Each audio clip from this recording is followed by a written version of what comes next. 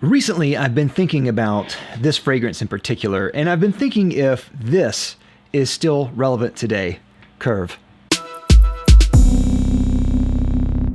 What's up, everybody? I'm David with Fragrance Bros, of course, your best source for everything fragrance related. Today, I have a video that is on what I just mentioned. I'm going to be talking about Curve by Liz Claiborne. Now, Curve is an interesting fragrance because it was a classic back in the late 90s, or at least that's how I perceived it. I don't know how sales went. I believe they went really well for Liz Claiborne, and I did smell it several places. So it led me to believe that this was a really great hit, at least in my area. Now, since the 90s, I really haven't smelled this that much. I knew one friend who had this and wore it a lot, and it really smelled great on him.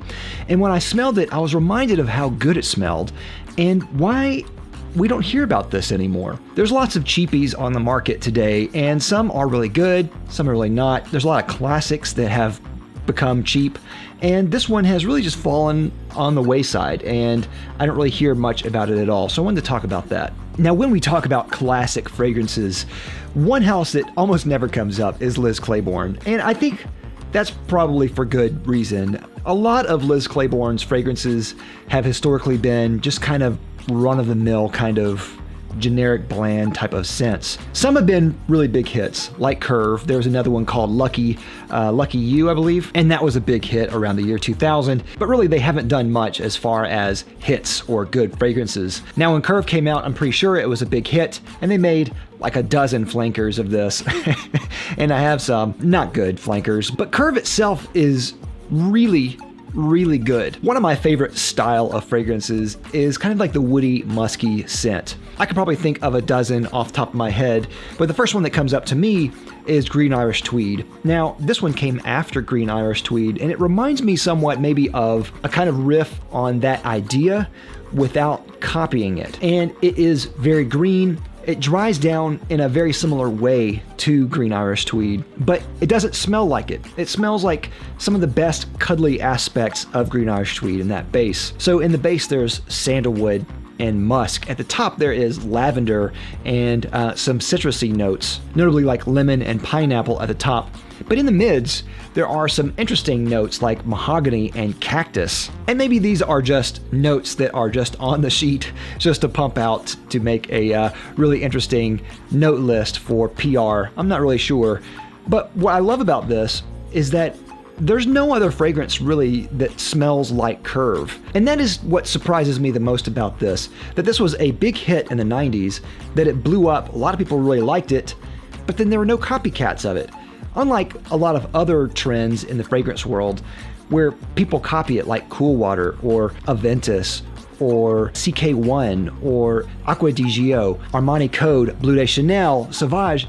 You can name all these really popular fragrances, and then whole styles and copycats were born out of those fragrances. But why not Curve? I don't really have an answer for you, but I think Curve is great. Funny enough, I remember having this conversation with a friend that was a girl years and years ago, and she said that she loved the smell of Curve, that it was just really kind of almost arousing to her, which is a really funny conversation to have when I was in high school. This was one of those scents that she said she absolutely loves on a guy. She thinks it smells very sexy and cuddly. And I can't speak for all women. I don't really know if that's true for all women or not, but I will say that I can see your point.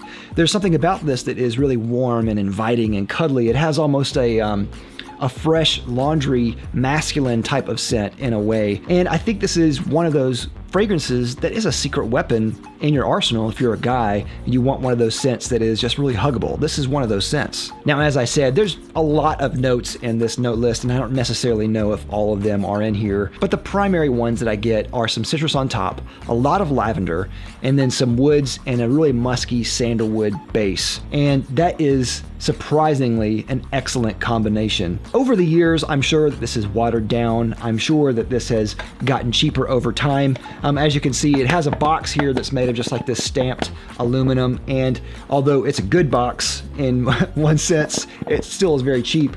The bottle is very cheap. It has this little plastic little choker here with no top, no cap. Despite it being cheap and watered down, I still like it. And today, surprisingly, I still think Curve is surprisingly good and brilliant. Even better than all that is the price tag. You can get this easily for $20 online. That is an excellent deal, I think, for something that is now classic, cuddly, smells great and warm, but also unique. Why? Why is this unique? I don't really know, but I still think Curve is great. I think it's really relevant still. It's timeless, and I think that you should own Curve. So that's all I have today for this video. I know it's a little bit short, but what do you think of Curve? I'd like to hear your thoughts. I know there's some older friends that are my age, or maybe even older, that had Curve back in the day, and I'd like to know what you think of this then and now. So let me know what you think of Curve down in the comments down below. Of course, if you haven't already, please like, comment, subscribe down below. I love you for it. And click that little bell so you get a notification every time I make an upload. Thank you again for watching. I'm Dave with Fragrance Bros. Bye.